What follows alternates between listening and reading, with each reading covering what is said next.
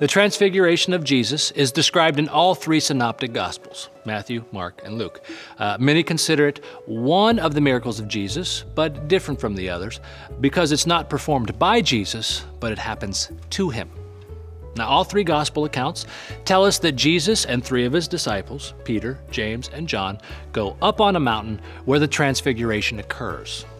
Jesus shines with bright rays of light, or as Matthew chapter 17, verse 2 describes it, and his face shone like the sun, and his clothes became dazzling white, a phrase laundry detergent companies would later borrow.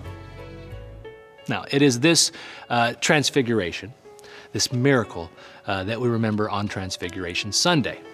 So, when is Transfiguration Sunday, and why do we recognize this event in particular in the life of our church? Now, sounds like you are in the right place to find out, because we are talking about Transfiguration Sunday on this episode of Chuck Knows Church.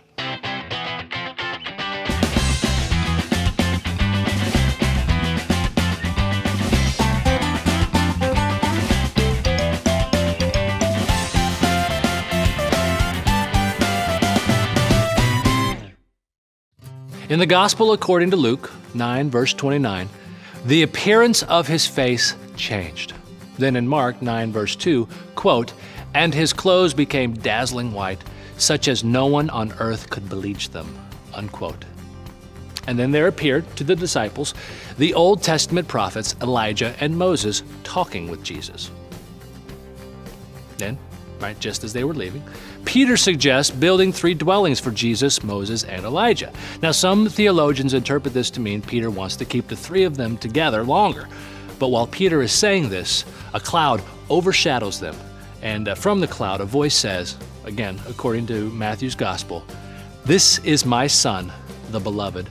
With him I am well pleased. Listen to him."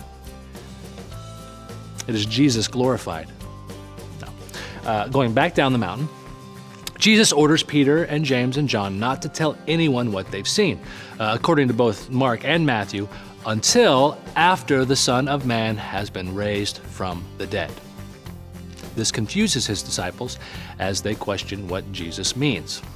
Now, of course, Jesus foreshadows the cross and his resurrection. Now, all 3 Synoptic Gospels relate very much the same story of the Transfiguration.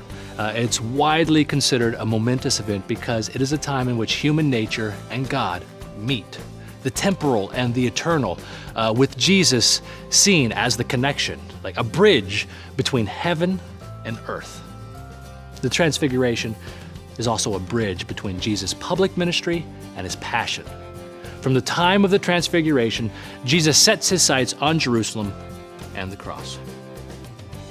We celebrate Transfiguration Sunday before the Passion so that we may give ourselves anew to the gospel at Easter, sharing the dying and the rising of Christ. Now, in the United Methodist Church, and for many Protestants, Transfiguration Sunday is the Sunday before Ash Wednesday, before Lent. If you would like to learn more about Transfiguration Sunday, be sure to ask your pastor. Tell them Chuck sent you.